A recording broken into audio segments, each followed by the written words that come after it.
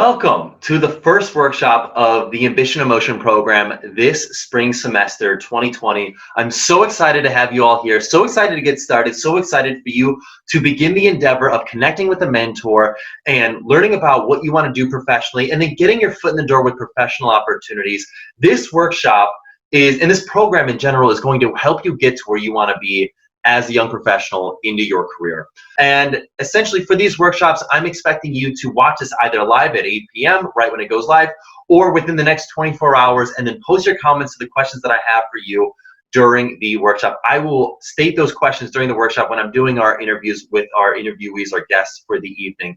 But more importantly, I want to know that you're engaged, that you're participating with this, because we've got a lot of great content for you. Now, when you get introduced to your mentor on Wednesday, you should reach out immediately. You should start the conversation immediately. You should not delay. I don't care what's going on in your world. I don't care if you're waiting for a career fair to happen. I don't care if you're waiting for some job interview to happen or you're waiting to hear back from some company. Get started. These mentors are here to help you. The more you delay getting opportunities with your mentor. So get started. Now, you can have more calls with your mentor. Actually, it's highly encouraged. But for successful completion of this program, for the way that we define it, have 3 conversations, at least 3 conversations. And those are just the general guidelines for when we believe that you should have those conversations. We will send a post-program assessment, which will allow us to capture your feedback on the program, on the experience itself. And that's essentially it. That's the program for the semester. I'm really excited to begin working with you. I'm really excited to get started. So this workshop is going to be roughly an hour long. So please post your questions in the comments area and we will work on answering them as soon as you post them. Try to give us at least 48 hours and you'll be notified, especially if you're subscribed to our YouTube channel, you'll be notified anytime that we respond to your comments in the YouTube channel. So anytime that you post a question, anytime you make a comment, we'll know, we'll see it. But especially questions, we will do our best to answer those as they come up. And by the way, you can ask questions both to myself or to our guests for the evening. You are more than welcome to ask both, and we will try to get our guests to answer those questions. And at minimum, if we can't get our guest to answer him or herself, we will ask our guests those questions and get their answer via email on our own and then respond to that in the comments section. So during this workshop, we're going to cover how to achieve success in this program, how to expand your network and begin having conversations with people that you want to surround yourself with, and how you can begin working towards a goal with your mentor. This specific workshop's all about how do I get my foot in the door with opportunities. This could be an opportunity for a job or an internship. It could be an opportunity to get mentored by somebody, to be an apprentice. It could be an opportunity just to learn from somebody else, to start setting up informational interviews and just building your network. Either way, this is about getting your foot in the door, because networking is not a transaction. It's not about, hey, I'm reaching out to you so then you can get me this. Like, don't get me wrong. Your end goal could be to ultimately land an internship, and that absolutely can happen, but that is not how it goes about. That's not how you go about doing it. You have to build a relationship. You have to build trust with somebody. You have to build a rapport with somebody. And you know what? It might come about. They might say, hey, my company is actually looking to hire somebody, or I know this person that you should connect with, and they make an introduction, and that leads to that next opportunity. You never know how this is going to work out, but the key is that you're not expecting it from the relationship. You're coming in grateful for whatever opportunity that can come about from this relationship with your mentor, and you make the most out of it. But I just want to say that our goal is about how do we get your foot in the door, how can we help you effectively make those relationships happen and get the ball rolling for you. So to get credit for attendance during this workshop, I'll be asking you 3 questions throughout the workshop for you to answer, and post your answers to these questions in the comments sections within 24 hours of this video going live. So if you're watching the Sunday night episode of this workshop, I'll expect you to have your comments made, your answers to the questions that we post by 8 p.m. on Monday. If you're watching the Monday night version, I'll expect your answers to be posted by 8 p.m. on Tuesday. And if you're watching the Tuesday version of this workshop, I'm expecting your answers to be posted by Wednesday at 8 p.m. After that, you will not get credit. Now, I'm not looking for a comment like, hey, my name is John Doe, I'm just checking in. That won't get you credit. I'm going to ask you specific questions during the workshop that I'm going to point out and say, hey, post your answer to this question below in the comment section. That's how I know that you will be watching, paying attention, and are engaged in the workshop. So I want to set proper expectations. This program will not guarantee you an internship. It will not guarantee you a job, getting promoted faster than your peers. Having that mindset will not lead to proper results. This is not a program that hands things on a silver platter. These are for students. This program is for students that want to take their career path and their career into the next level, to their college experience to the next level, because that's absolutely what this program can do for you. If you think like, hey, I'm going to sit back, do the bare bones minimum, not really like apply myself, you're going to get the outcome that you put into it. But if you really apply yourself, you absolutely can get the outcomes that you want. I mean, I like to think about it as the law of attraction. If you come in expecting negativity, you will get negativity. If you're open to the positive, you will achieve positive outcomes. You will attract positivity to what you want to achieve. So I really want to encourage you to come in with an open mind and a positive outlook for what you can achieve and the willingness to work hard towards getting there. Students who have gone through this program have landed jobs at places like Google and other Silicon Valley companies, Wall Street investment banks, prestigious PR and marketing firms, and major engineering firms. Absolutely, yes, that has happened many times for many students. But did those outcomes get handed to them on a silver platter? Absolutely not. It's all about what you put into this program and the outcomes that you can achieve. They absolutely are there. They are absolutely possible. You have no idea how this can come about and help you out in terms of your mentor. Treat this program as fuel to help you get to where you want to be. If you're already burning and going strong, this program can really help you accelerate. Imagine just like getting dumped a bunch of gasoline on your big fire that you're already building. If you're burning barely at an ember, let this program be a sliding point, a starting point for you to launch off.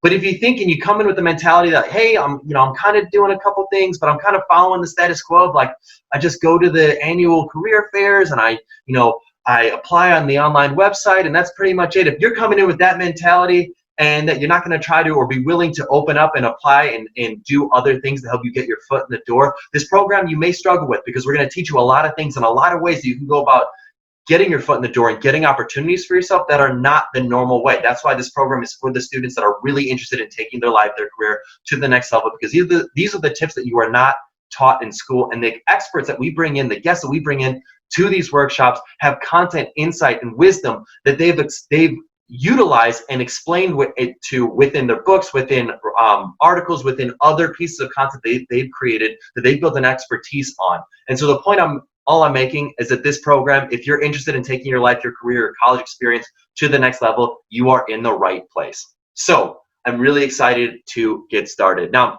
a couple of keynotes about mentorship. Now, when it comes to your mentor and who you were matched with, one thing that we leverage extensively is this research called work orientation, which is how you view your work. So some people view their work as a job, some people view their work as a career, some people view their work as a calling. Imagine a triangle and imagine it being a spectrum that can change throughout your life. So after you take your assessment and after you get matched with your mentor and you log into your dashboard, you can actually see your work orientation and your paired mentor's work orientation, which is really cool. Because what we've learned is when work orientation is aligned for a mentoring relationship, the likelihood that that relationship lasts for the full 6 months is considered both productive and quality by both participants increases by 400%. It's crazy how powerful work orientation is when it comes to mentor matching. If we were just to match you based on your career interest or their status within their company or their area of expertise, we know that those are only transactional metrics, and the likelihood that that relationship will last for the full 6 months and be considered both productive and quality is low, because then there's an expectation that someone's going to give you something or that you're going to give them something, and that's ultimately not how successful mentorship works. Successful mentorship works when both people can, on a human level, invest in each other, and that's how we make the matches happen. The other key thing about mentorship is vulnerability.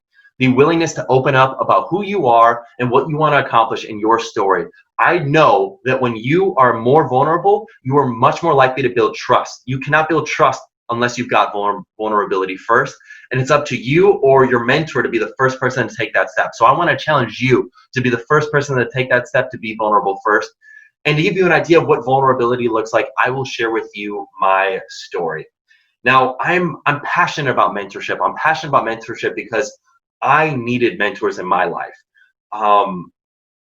From age 15 to age 19, I was a drug dealer. And at the end of my freshman year at Indiana University, I got arrested in an undercover operation by the Indiana University Police Department. And I got 5 felony distribution charges. I was expelled from school, and I had no idea what I was going to do with my life. And I mean, that hit me like a brick wall. I mean, up to that point in time in life, I thought success was you go to school, you get good grades, you get a job, and then somewhere along those lines, you find yourself, like as if it were puberty, it would just come to me. But that's not how life works. And I had to learn that the hard way. Because no one who I had known, no one who I had ever known that I ever thought was successful ever was a drug dealer. And so I had to accept either being a total failure or redefine my definition of success. And so I chose the latter. So I ended up enrolling in a program in St. George, Utah, to help me turn my life around. And that's where I really got exposed to the power of mentorship, both on a personal level and a professional level. On a personal level, really having personal mentors, people that are there for you, are so powerful. I don't want to ever discredit that, because I feel like sometimes when we're here and we're thinking about our professional outcomes, we don't realize how valuable mentors can be on our personal level, and really what they can do for us. Because if they help you open your mind to what you can accomplish in your career, or what you can accomplish as a person, in who you can emulate your life after, they can really show you something that you didn't actually even believe in yourself that you could accomplish. And I think that's so powerful, and that's really what they did for me. But on a professional level, they helped me really come to the grips with the fact that when you search my name when I was 19 years old, the first thing you saw was IUPD does drug sweeps for 8. And I'm one of the 8. I mean, there could not have been a bigger red X across my name when applying for any role. I mean, could you imagine that? Literally, any role I would apply for, I would have showed up with a big red flag. That is bad. So about a month after living in Utah, I flew back to Chicago. That's where my family's from, for the weekend, to let them know my life's getting on track. On that flight, I'm sitting next to a guy. We start talking. He starts sharing with me about his life. I start sharing with him about my life. We hit it off. I take a keen interest in him. I'm actively listening. I'm sharing. I'm really trying to put myself into his shoes, and I'm really, most importantly, actively listening. I'm taking down notes. I'm following up on the things that he has to say. I'm really digging into his world, because he loves to talk about himself, and I'm really playing into that. Well, it turns out he's the director of ground equipment for SkyWest Airlines. And by the time that plane lands, he offers me an internship on the spot doing financial analysis for SkyWest Airlines. Boom. Like right on the spot. What an amazing experience. I mean, he took me under his wing. He didn't care about my background. He didn't care about what I had gone through or where I was going, or the fact that I may even go to prison sometime in the next year. He took me under his wing and gave me a shot. And that was huge. And that's really where the whole idea for Ambition in Motion came from, was like the fact that opportunities could come out of the blue, that they didn't come from just applying on a website and people putting your resume in a background check system, and that, maybe you get spit out with this opportunity. I learned that opportunities could come from just putting myself out there, being vulnerable, and taking a keen interest in somebody else and actively listening to them. And so I think that's such an important story to share with you, because it shows, my vulnerability, but 2, it shows that opportunities can come from a wide array of places, and it doesn't matter where you're coming from, it matters where you're going. And if you believe that you can achieve what you want to achieve, you absolutely can achieve it, but you have to put in the work to go and get there, and you have to be willing to be vulnerable with people. Don't hold all your failures, your mistakes close to the chest because you think people will judge you. Put them out into the world, because ultimately people will give you opportunities, and they will believe in you if you let them. So that's something that's extremely important and extremely helpful for this workshop that I really wanted to share with you. Now, for this mentor program, there are 3 keys to success in this program. That is honing your strategy, your story, and your state. Now, I said those in reverse order of importance. And I'm going to elaborate a little bit about why each one of these are so important in terms of being successful in this program. In terms of your story, in terms of your state is your physical being, your physiology. Like, how are you physically right now? Are you like in a peak state? Are you ready to go? Are you jumped up, pumped up, ready to jam? Are you coming into this mentor meeting like, man, I'm about to take on the world and I'm ready to go. I'm excited. I'm amped up. Or are you hunched over? Are you in a bad body language, bad posture, in a bad mood? Something bad happened during the day. You're tired, exhausted, stressed out, whatever. If you're coming in with a negative state, I can promise you're going to have a bad relationship. Your first impression is everything. Your first impression is everything. If you come in a negative attitude because you've had a bad day, I can promise you the relationship is not going to get off to where you want it to be. But if you come in with high energy, you come in like, hey, I'm pumped, I'm excited to learn from you, I'm excited to learn your story, I'm excited to ask you questions, I'm excited to share knowledge with you and have you ask me questions, I'm excited for this relationship to begin. If you come in with that mentality, you will have a great and positive first impression. Now, there's a couple ways that you can go about doing this. One way, and my favorite way to go about getting yourself into a peak state physiologically, is to get up, shake it loose, and yell at the top of your lungs. I know it sounds crazy to do something like this, but I want you to do it right now while you're watching this video. I don't care if you're in your dorm room. I don't care if you're in your house. I don't care where you're at. I want you to stand up, and I want you to shake it loose. I want you to shimmy. I want you to let it go. I want you to scream at the top of your lungs. Just go, yeah! Just let it loose. Let it out. Let it go. Because here's the thing, when you do this, you're releasing endorphins in your brain that make you feel excited, that make you feel energized, that make you feel good, that make you feel confident, that make you feel like I am here and ready to take on the world. And when you do this, you get yourself into a state ready to be in a good mood, to leave a good impression. So I don't care what's going on with your world. If you get yourself into a state physiologically conducive to being successful, get your body language on point, you are going to be successful. Promises on that. The next key is your story. So what is the story that you tell yourself? If you tell yourself a story like, oh man, I'm an introvert, so I couldn't possibly be good at networking, or I couldn't possibly be good at socializing or being around other people. Or if you tell yourself, I'm an extrovert, I'm crazy around people, I can't even handle it right now, I'm nuts. I can't even contain myself when I'm around people. I'm just like a blabbermouth. I have word vomit. I just let things fly like crazy. If you tell yourself these stories for why you will or won't be successful, that will become a self-fulfilling prophecy. So back to what I was talking about when I said the law of attraction. If you believe that you can be good at something, you will be good at something. I promise you that. But the key is you have to believe it. And the second thing is you have to practice it, because networking is a skill, like shooting a basketball or knitting a quilt. The more you practice, the better you get. So if you think, oh man, I'm an introvert or I'm an extrovert, which makes me bad at networking, you're not going to practice networking, which is going to reinforce you being bad at networking. But if you work at it, if you practice, if you use this mentor program to meet with your mentor, someone who's got like of no consequence to you, like if you, God forbid, mess up this relationship with your mentor, what is the worst that happens? This was a total stranger that you've never met before this moment. Now all of a sudden you're building this relationship. Why not give it a shot? Because here's the thing. If it ends up working out great, it gives you the confidence to start reaching out to more people and building a better rapport with more people and building your network. And then all of a sudden you can become better at networking. You can become better at building relationships with other people. And you can be better at learning opportunities when they arise and getting your foot in the door. So the point I'm making here is, what is the story you tell yourself? What is the thing that you've got in your mind for why you will or will not be successful? And the key here is that if you do have something positive in your mind, I promise you, you are going to be much more likely to manifest that outcome for yourself. And the last key is the strategy. So what are the strategies that you are going to leverage to help you getting your foot in the door for an opportunity? Now, here's something that I like to do. I like to implement new routines every single month, because what it does is it helps me get into powerful habits. Now, some of them stick, some of them don't stick. Some of them take, a while to stick. Some of them take practice, and that's okay. But the key is that you have to start. And so one thing that I would love for you to start doing in terms of a strategy to help you build a strong routine that will help you start getting your foot in the door is if you don't have a LinkedIn profile account, get a LinkedIn profile account. LinkedIn is a powerful tool. It's so powerful. Well, then once you've gotten a LinkedIn profile account, I want you to connect with 10 new people in your field, not just 10 new friends or whatever. If you're just starting your LinkedIn account, friend request everybody. Get as many as you can. In fact, you should really try to get above 500 plus LinkedIn connections, because once you're there, you are much more in the LinkedIn algorithm likely to get recommended by other people in terms of connecting with them. But more importantly, I want you to connect with 10 new people in your field of interest. So if you want to get into banking, connect with 10 bankers. If you want to get into marketing, connect with 10 marketers. If you want to get into engineering, connect with 10 engineers.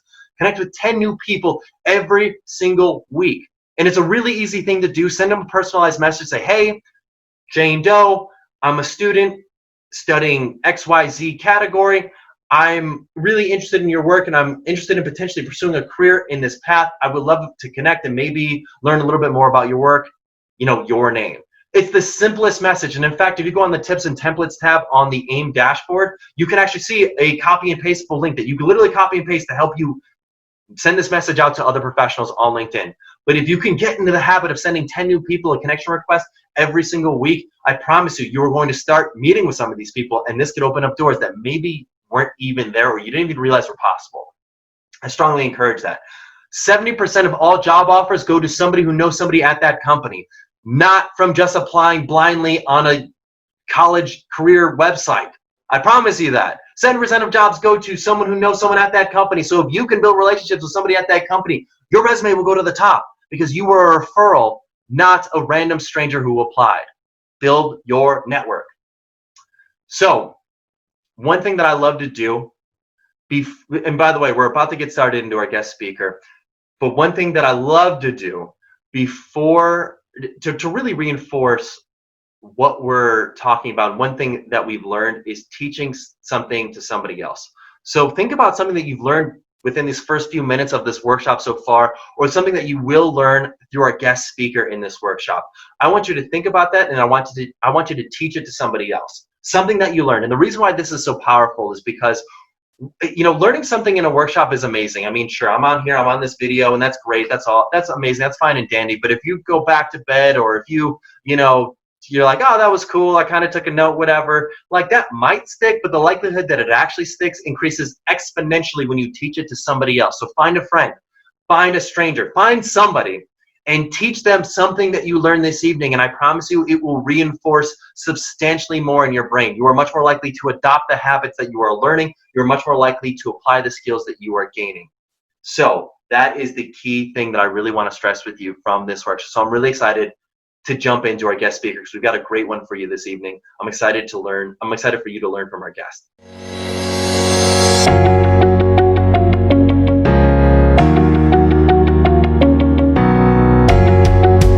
Hey everybody, welcome to our workshop this evening. We are here to talk about how to get our foot in the door. This is a crazy time period that we're in. Coronavirus, and maybe you're doing video classes and you're virtually attending courses. This is a fascinating period in time we're in, and the importance of getting your foot in the door and leveraging places like LinkedIn and email and creating videos, YouTube, whatever, using social media to get yourself out there on a professional level is paramount. Now more than ever. We've got an incredible guest with us today. Her name is Sam Zillmer. Sam is an overcoming perfectionist. She's a biological engineer and a speaker. Sam is the co-founder of the More Than Movement, where she empowers students to strive for more than the box they may have been labeled with. Sam, thanks for being here. Thanks, Garrett, for having me. I'm excited to share my experiences today.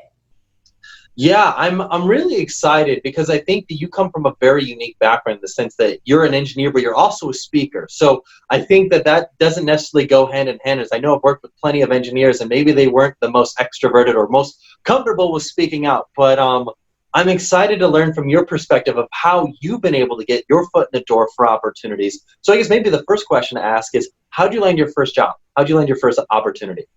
Yeah, no, great question. Because I think as an engineering student, I was always, maybe I consider myself now more of an extrovert, where before I was very much of an introvert. And so landing my first job opportunity as a freshman, it was frustrating because I just thought I worked really hard after my freshman year in college. It's like, all right, what opportunities are out there? In reality, as a freshman, there's not that many. But that year, I used that summer to just kind of make ends meet. I cleaned houses, I babysat. It wasn't really anything career focused. But my sophomore year, I don't want to consider myself desperate, but I was very open to anything related to my field of study. And so I studied, I got my degree in biomolecular engineering, which is basically chemical engineering with an emphasis in molecular biology. And I started networking with upperclassmen in my program. And so I went to Milwaukee School of Engineering. It's 2,500 kids, so it's not very big. Each class, I graduated with 20 kids in my class this year in 2020. And so there wasn't very many people to network with, and it was very uncomfortable. I was very nervous. I didn't really know how to even approach upperclassmen, even being a sophomore, because I never had any classes with them. And so I got on LinkedIn, and I started adding everyone on LinkedIn who was older than me, who was in my program.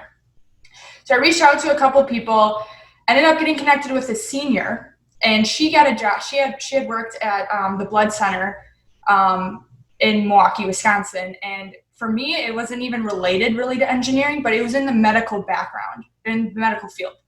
So I was like, I'll do anything. And so she actually she got me an interview, and so I ended up getting my first job it was basically a student worker in a lab where I was just kind of doing kind of secretary work, but I was just so pumped because it was in my field that I was somewhat studying. And so I guess that's kind of how I got my first kind of my foot in the door to my first quote unquote internship as a sophomore. That's a powerful story. Let's take a little moment to unwrap that, because I think there's a lot of key nuggets you identified in that story. One, you got to a point where you were like saying to yourself, I am not going to stand for this. I'm going to do what it takes to get an internship. I'm going to do what it takes to get to where I need to be. And I think that is awesome. I loved your strategy. I'm not really detailed that much about talking to upperclassmen or maybe even recent graduates, but there is a power in the bridge of connecting people who have a similar background, especially similar collegiate experience. So for all the students that are out there thinking about, well, what am I going to do on LinkedIn? I could reach out to professionals that are in the field. Reach out to also alumni of your university, of your alma mater, because they're going to want to help you. They're going to want to help you get to where you want to be. I guess maybe a follow-on question to this, Sam, did you find that people were genuinely helpful? Oh, yes, absolutely. Because if for instance, as a freshman, I was struggling to find something, or even people may not even need to be a freshman. I can speak through my experiences. You could be a sophomore, junior, or even senior now. I guarantee you there are other people having the same struggles as you are, or were once in your shoes, like I was once in someone else's shoes. And so for me, I'm like, even now, so happy to pay it forward if I can, because I know how that feels. And so I think, as well as the people who have helped me were once in my shoes. And so through my experiences, I have found everyone who I've talked to has been more than happy to help kind of pay it forward or help guide me because they were once again in my shoes. That's fascinating. But also another key point that you brought up that I think a lot of times students don't actually acknowledge is the numbers game component about it.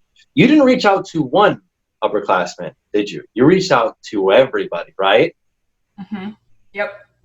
And that's so critical, because I think that's something that we lose track of. I think so often students say, well, I reached out to one upperclassman and they never responded, so this was a stupid idea. I'm not going to follow this anymore. And if you go in with that mentality, you're not going in with a growth mindset. You're going in with a closed-minded mindset, and that's only going to lead to negative results. It's very difficult to have one strategy using one time of a strategy work out perfectly. It doesn't typically work like that. I don't know. It makes me think of, so I'm a writer for the Indianapolis Business Journal. And the way I got that was and actually even before that, I was a writer for the Huffington Post. And the way I got the Huffington Post gig was I emailed Ariana Huffington like 30 times with 30 different blogs. And finally, on the 30th one, she said, you know what, we're going to feature this one. We'll have you be a regular contributor. And that was huge for me. It was a big confidence boost. But for the Indianapolis Business Journal, I reached out to everybody on their website. I emailed every single person that had an email at the Indianapolis Business Journal. And two people got back to me. One person said, you know what, I'm not in that area. I don't know who it is, but good luck. The other person said, I actually know the person you need to talk to. It's this person. Their email was not listed on the website. And so she introduced me to this person, and that person ended up getting me to be a feature. And now I've had multiple articles featured. But the point is, it's a numbers game. You can't predict who's going to be the person to follow up with you, but you got to reach out to everybody. You got to give them all a chance, right? Right. It's almost like you apply for one job and you're just like you're in your head thinking, oh, I'm going to just get this job. So it's always just, again, like you said, it's a numbers game, and you rather overshoot it than undershoot it. You rather have more opportunities than not enough or not one. So I want to jump into vulnerability with you, Sam. So I've already shared with the students my background story of just essentially being a drug dealer and how I got to where I'm at today. I want to hear a story of where you struggled, specifically applying for a job that you knew you were qualified for, but you didn't end up getting it. Have you ever had a scenario where you put yourself out there to get a position or a job or some sort of role that you knew you had the skills and capabilities to do, but for whatever reason, they didn't even give you a chance? Mm-hmm.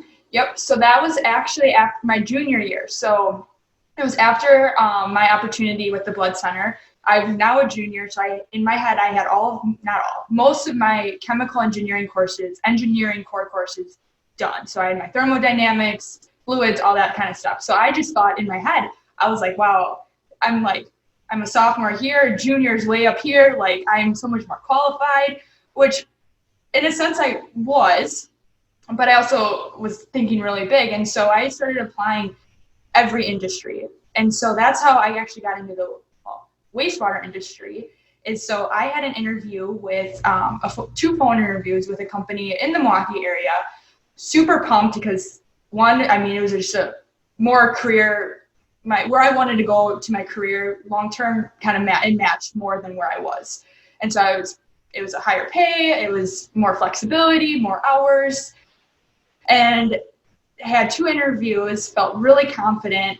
And then I think it was like 3 weeks later, I got an email saying, after I followed up with them twice, 2 or 3 times, followed up with them saying, nope, you didn't get the job. And it was because, well, I don't know what it was.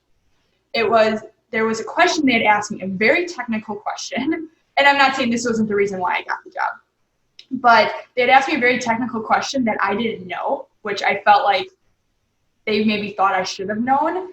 And I just didn't know how to answer it. And that was the only thing and again, I'm not sure if that was the case or not, but that's what, so I didn't end up getting the job. And so it was frustrating. I was like, what the heck?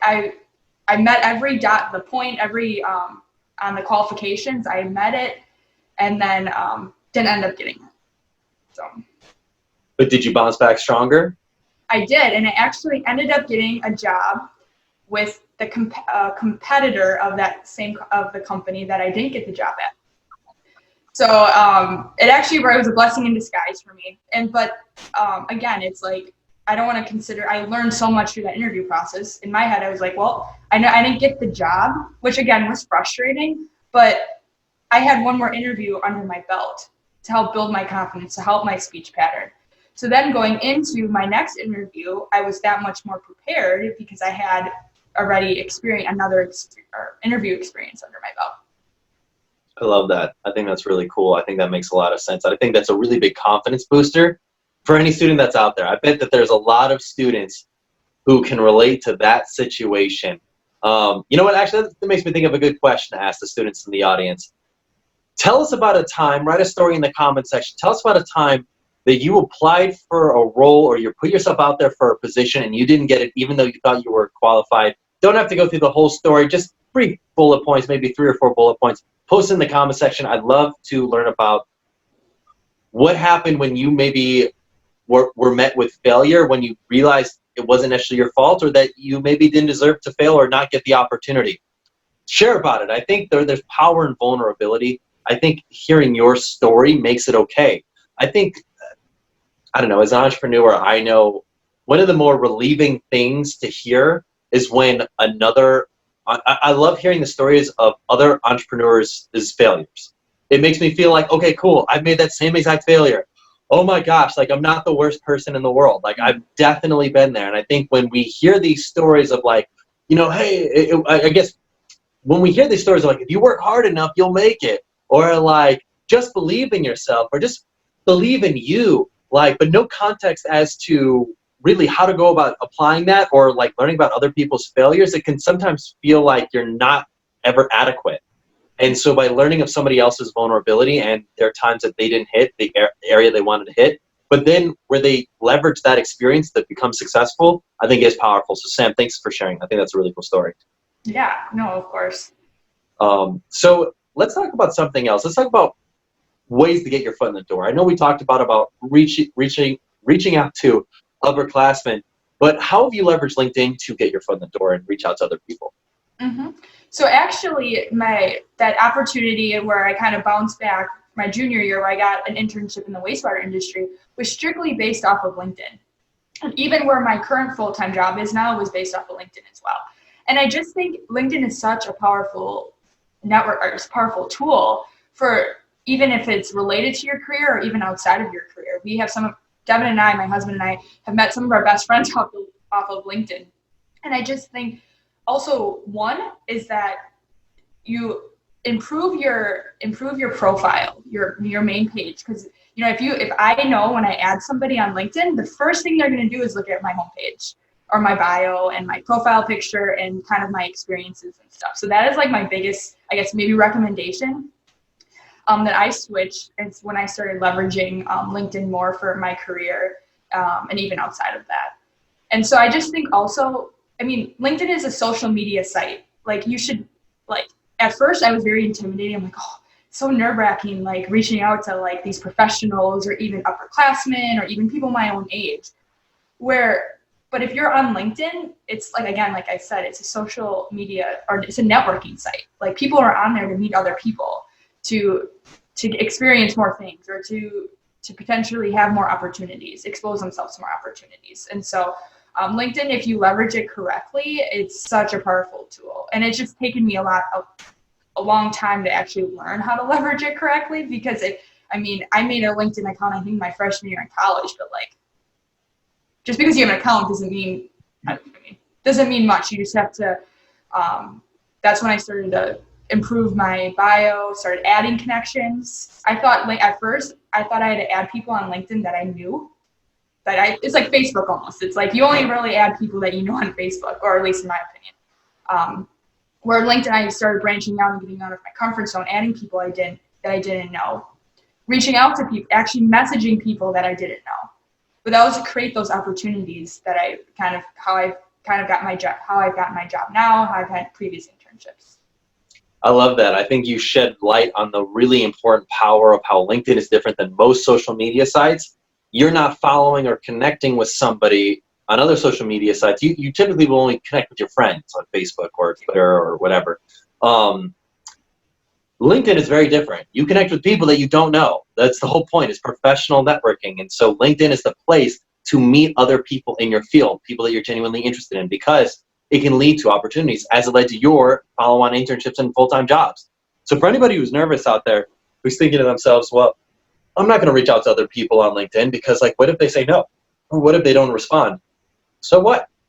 You've got nothing to lose. And you're a perfect example of someone who was able to land a job and an internship through LinkedIn. So the upside is very much there, and the downside risk is nothing. Literally no sweat off your back. So very cool. So let's talk about, is it possible to be considered annoying? I think there are some students that might think to themselves, well, you know, shoot, if I reach out, will I be considered annoying? What are your thoughts on that? Yeah, I'd be lying if I'd be saying that thought never crossed my mind too. And I think that grows. I think it's a reflection maybe of your self-confidence. And my self-confidence obviously has been not where it is today. It had to grow over time. And I just had to realize, again, people are on LinkedIn. I can speak to LinkedIn because that's where I'm active, is because they want to network with people. They either are looking for opportunities or they're willing to help and to help people create opportunities. And so it's almost look at it as like when I was in school, in college, it's like if I had a question about one of my homework assignments, I would go to my professor and ask questions, and I would probably ask more than one question. And I was actually probably really annoying, but I wanted to learn, I wanted to grow, I wanted to get better. And for LinkedIn too, again, like you had said, Garrett, what's the worst thing? They don't respond. And so it is hard because it's like, it isn't, like, again, like I said, intimidating to like reach out to a stranger or to keep asking someone questions. But at the end of the day too, it's like if someone isn't willing to help, they either one, won't respond, or two, they'll just say, hey, I don't know, I can't help you. I don't know the answer to your question. Maybe here's somebody else that can help, or someone who I know, like, that can help you, like through your experience, like you shared, Garrett. And so I just think, again, if people are willing to help, they'll definitely help. And at the end of the day too, it's like I wanted to improve. I wanted to grow so bad that I was really kind of willing to do whatever. And if someone considered me annoying, there's a lot of people in this world that I just knew that would be willing to help me. And so hopefully that answers your question. I know it's kind of a hard one to navigate. No, I completely agree with you. I believe you're not annoying until you get a response. I think as a human, a basic human tenet is that we deserve a response. If we reach out to someone, if they say no thanks, okay, whatever, no worries. I'm not offended. But gosh, if I don't reach out, I don't even get a chance. Like, I'm going to miss 100% of the shots I don't take. And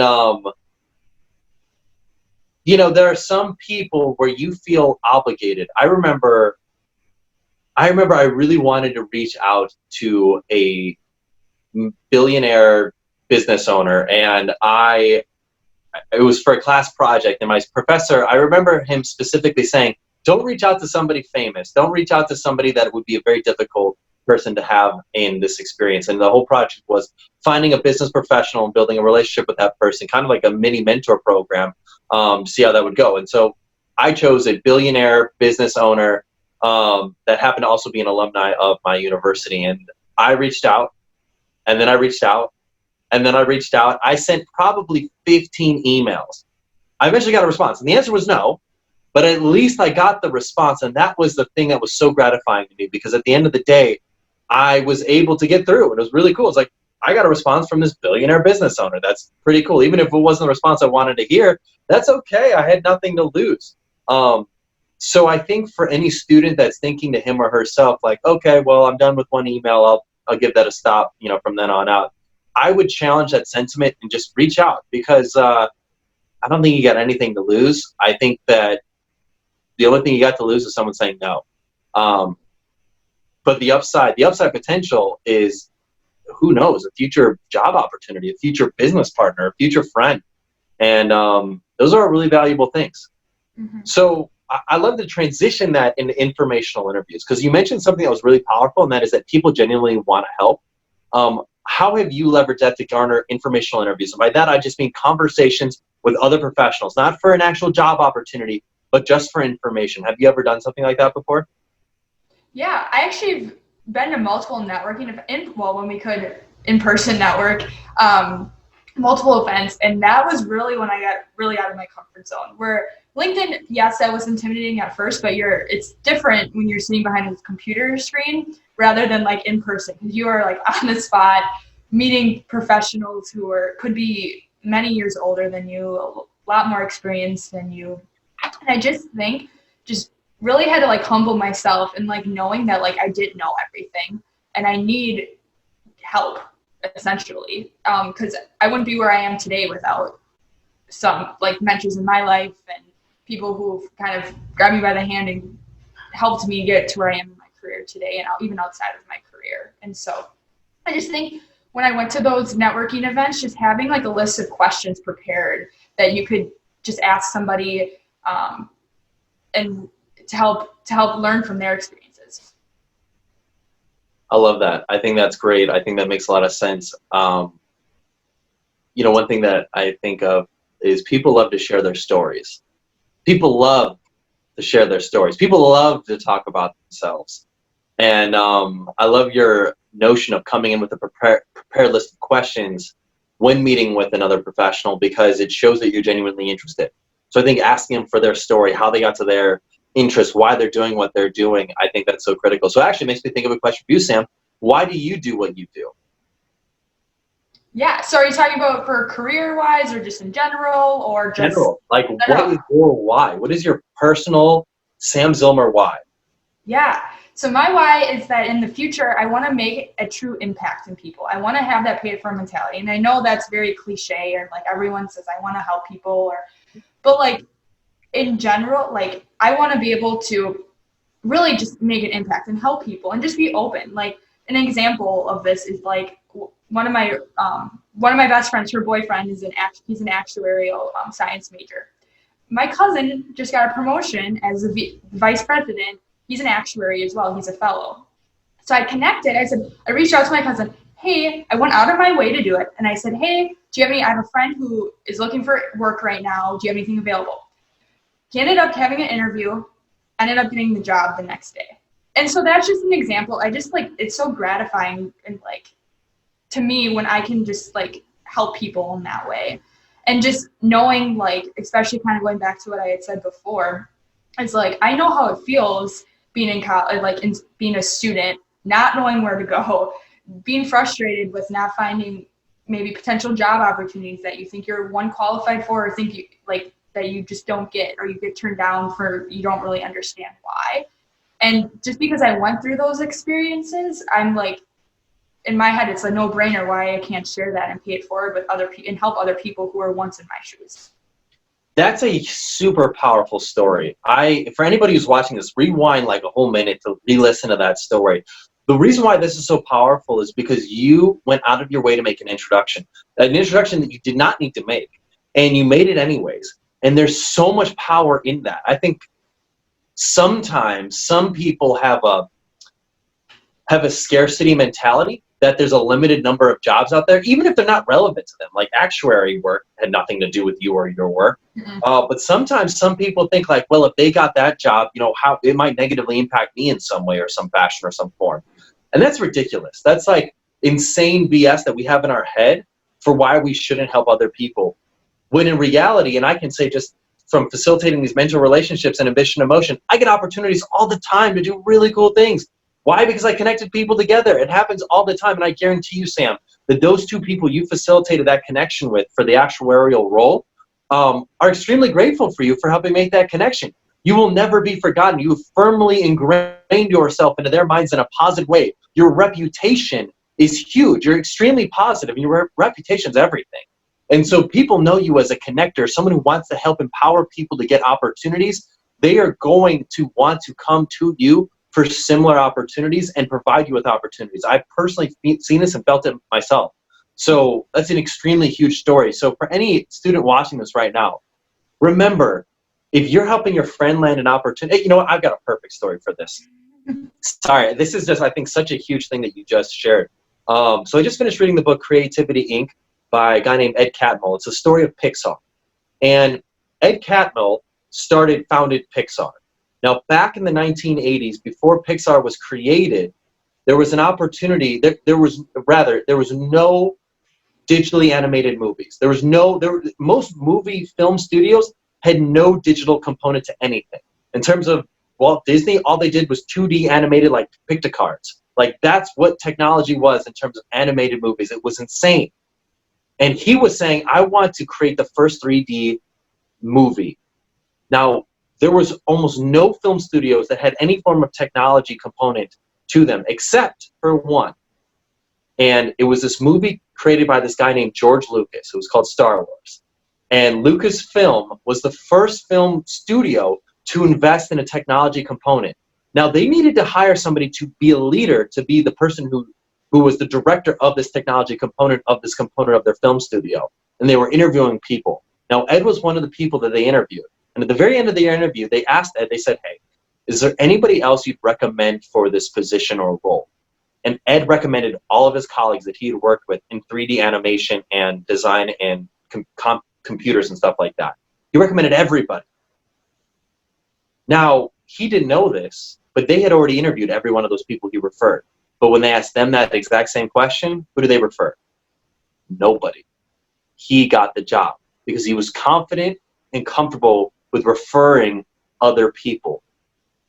You show your confidence by making introductions. You show that you're competent and comfortable in yourself by connecting other people and referring other people, because at the end of the day, it shows a whole lot more about you and your credibility and your personal character than the opportunity you may lose by referring them. So anyways, that's just a powerful story that made me think about that, because I think there's so much power in referring others. But it makes me ask the question to the students, what is your why? Post in the comment section. I'd love to learn, what is your reason for being? Why do you do the work that you're doing? Why are you pursuing the careers that you're pursuing? I'd love to learn about it. Post in the comment section. Sorry, I went off on a tangent there, Sam. No. So should I develop a professional mission? In your perspective, should I develop a professional mission for what do I want to accomplish in my career? Yes, absolutely. If you don't have a mission or a vision or a goal, you don't know what you're working towards. So, like for me, I developed over time. And so what I thought going into college, what I thought my mission was that I was going to go to grad school, get my PhD, and like research cancer that was like what I really wanted to do, or that was like my mission. That's what because in my head, which is still, I wanted to make an impact, but it was in the medical industry or like with people who have cancer. Well, as I was going through my undergrad, that mission, if you want to call it mission, vision, goal, kind of changed. And I realized that I didn't want to be in school for the next 10 years. And so I could still have a mission for my career. It just pivoted. And so now, because of all the opportunities that I kind of mentioned earlier about my internships that I did get, landed me now into the wastewater industry. And although I'm not in the medical industry field that I originally thought I was, I'm in the wastewater and through this whole pandemic, realizing that wastewater is very essential. So even though I'm not on like the front lines or making that direct impact, I am focusing on water, which is very, very essential, which I've learned over time. And so I think, and that's what also drives me, and that's why I wanted to study engineering or even be in the chemistry and biology field, is because that's something I enjoy, that's something I like, and now I can use that and put that towards my mission and to perform well in my career to really help, in the water industry is what I can speak to. When your career interests changed, did you feel comfortable sharing that information with your mentors, and just were they open to changes that you made? Yeah, most definitely. Because let's just say right now, if I were to stick with that mission of going to get my PhD, I would not be very happy right now, because I didn't want to, again, it was related to going to school. That's what I didn't want to do long term. And so I just think, and it's like just being, again, humbling myself and knowing like I had to talk with other people that I've had multiple professionals in the wastewater industry. And I was very open to learn about how I could, although my mission changed in my career a little bit, that field, I still was studying, or I'm still dealing with biology and chemistry, and nothing's gonna end up perfect. Like, who knows? Maybe I won't spend the rest of my career in the wastewater industry. Who knows? But like, as of right now, it's just like just being receptive to hear other people's thoughts and feedback, and also knowing that like you want to do something you at least somewhat enjoy doing, but also you want to hit goals in your life that you've set, and so forth. I love what you said there, because I think it shows the power of being able to change your goals. I think sometimes we might feel this anxiety if we tell people what our goals are and then they change, that we're a hypocrite or a failure, when in reality, you learn new information, data changes. Could we have predicted a global pandemic 6 months ago? Absolutely not. But at the end of the day, you alter your situation based on the information you've got. And the mentors and all the students in this program have mentors that are here to help you as they change, because it's your life, it's your story, it's your career. They're not here to help you live out their vision of who they think you are. They're here to be your Sherpa, your guide as you're working up this mountain of life and career and whatever you want to achieve. And I think that's a really powerful message. I love that story of just you sharing that. I think that was great. A couple final questions I want to ask were, how do you manage stress? I would imagine that as a student, we're trying to get our foot in the door. There might be some anxiety. There might be some nerves. How do you manage the stress of putting yourself out there and reaching out to somebody you've never met before? Yeah, that's a good question. I've definitely had my fair share of moments of being stressed throughout my college career. I just think knowing that I'm not the only one who is struggling, and just also just taking a step back and just like taking a deep breath and understanding that like I am not perfect. When I've gotten jobs rejected from certain job positions, stressed out about wondering if I'm going to have a summer internship, or even through this, like I had a full-time job offer my junior year, but even through this whole pandemic, even if you did have an internship or a full-time job, I know many of my peers have lost that. And so just really keeping a positive outlook, and just like in my head was just knowing everything's meant to be. And I know it's hard. It's easier said than like actually thinking through it, but just knowing, and I try to take every opportunity that stressed me out and just try to turn it into some sort of a positive thought. So like I mentioned earlier with not getting a job interview or not getting the job. Well, I had another job interview under my belt. If someone didn't message me back on LinkedIn, well, someone through that process did message me back. That was just one less person who didn't. So I just think dealing with stress, when I was in the grind with school, and then eventually I was working a lot, probably 20 to 30 hours a week while in school. It was also important for me to take time for myself and just like step away from my career into school and just like find something that I enjoy doing. So I love taking walks down by the lake. I'm in Milwaukee, Wisconsin. So I love taking walks. I love playing certain card games. And so that really helped me with my stress, because I feel like when you are stressed out, you feel like you almost have to do more and you get more worked up or you get more anxious. And that's not necessarily the case. So it's really important to also take a step back and just breathe and to like find something that like literally de-stresses you and then get back to the work. Yeah, no, that's great insight. So I'd love to ask the students, how do you manage stress? Post in the comment section. I'd love to learn how do you all manage your stress. I'd love to learn what works for you. I think there's a lot of power in gratitude. I think that's one of the like underlying themes that I was getting from your answer, was just that just finding the things to be grateful for, because when you're grateful, it's impossible to feel any negative feeling. The only feeling you can feel when you're grateful is happiness. So I think there's a lot of power in that. I think that's a great way to manage stress and, yeah, overcome the fears and the nerves and the anxiety of reaching out to somebody you've never met before. So, Sam, this has been great. This has been a really good workshop about getting your foot in the door. I think that you've given some great stories, some powerful information that I think our students are going to really appreciate and take back and ideally be able to leverage in their own career pursuits. One final question to ask is, how can our audience learn more about you and find you? Yeah, no, great question. I'm just very happy to be on here and to be able to share my experiences with you all. Easiest way to find me is on LinkedIn, Sam Zillmer, Zillmer. To find me and connect with me. I'm always happy to connect with other students, other young professionals. Be happy to have a conversation with you via LinkedIn or even a video chat. But the easiest way to reach out to me is and to connect with me is on LinkedIn. Perfect. Well, Sam, thanks so much for being here. Students, thank you all for being here. I look forward to seeing you in a month in our next workshop. Good luck in your first mentor meetings. I'm excited to see how those go. Remember to post your comments and your feedback in our dashboard. Have a good rest of your night, everybody. See you.